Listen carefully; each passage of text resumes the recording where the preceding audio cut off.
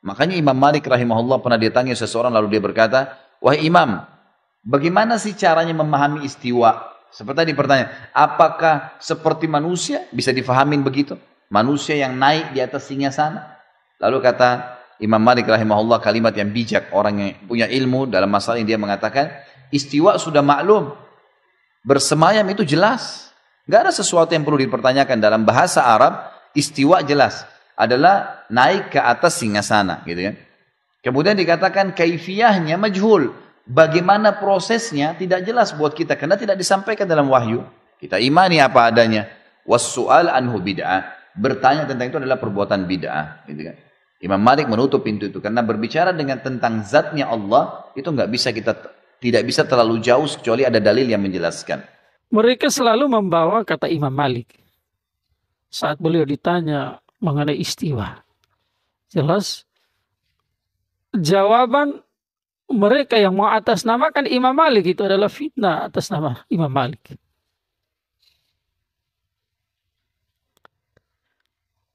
Mereka mengatakan bahwa saat Imam Malik rahmatullah ditanya mengenai Ar-Rahmanu al-Arsy istawa, maka Imam Nawawi menjawab al-istiwa'u ma'lumun was-su'alu anhu bid'atun. Kemudian wal kaifu majhul.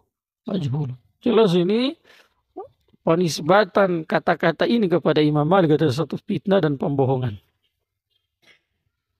Lalu yang betul dari Imam Malik gimana?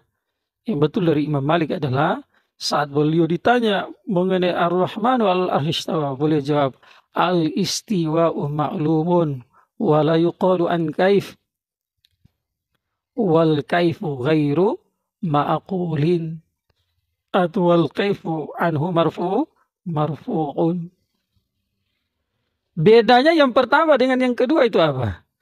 Kalau yang pertama al-istiwa, kalau ini kata-kata orang Wahabi ya.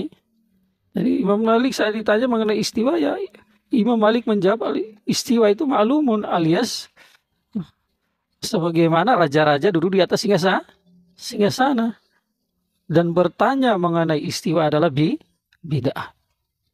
Wal kaifu majhulun alias Allah itu keberadaan Allah di arsy itu pasti. Tetapi bagaimana beradanya tidak ditahu. Alias majhul artinya tidak ditahu. Secara pasti Allah di arsy. Tetapi keberadaan Allah itu bagaimana tidak ditahu. Jadi serahkan saya sama Allah. Itu makna yang pertama. Sementara makna yang kedua yang penisbatan yang sahih dan betul itu, ini juga nisbat ini dinisbatkan kepada salah satu istri Nabi, Ummu Salamah radhiyallahu anha, dan gurunya Imam Syafi'i, Ibnu Uyainah rahmatullah alaih. Apa yang makna yang kedua? Al-istiwa'u ma'lumun wa la yuqalu an kaif. Al-istiwa itu semua orang tahu ada dalam Al-Quran. Ayat istiwa semua orang tahu.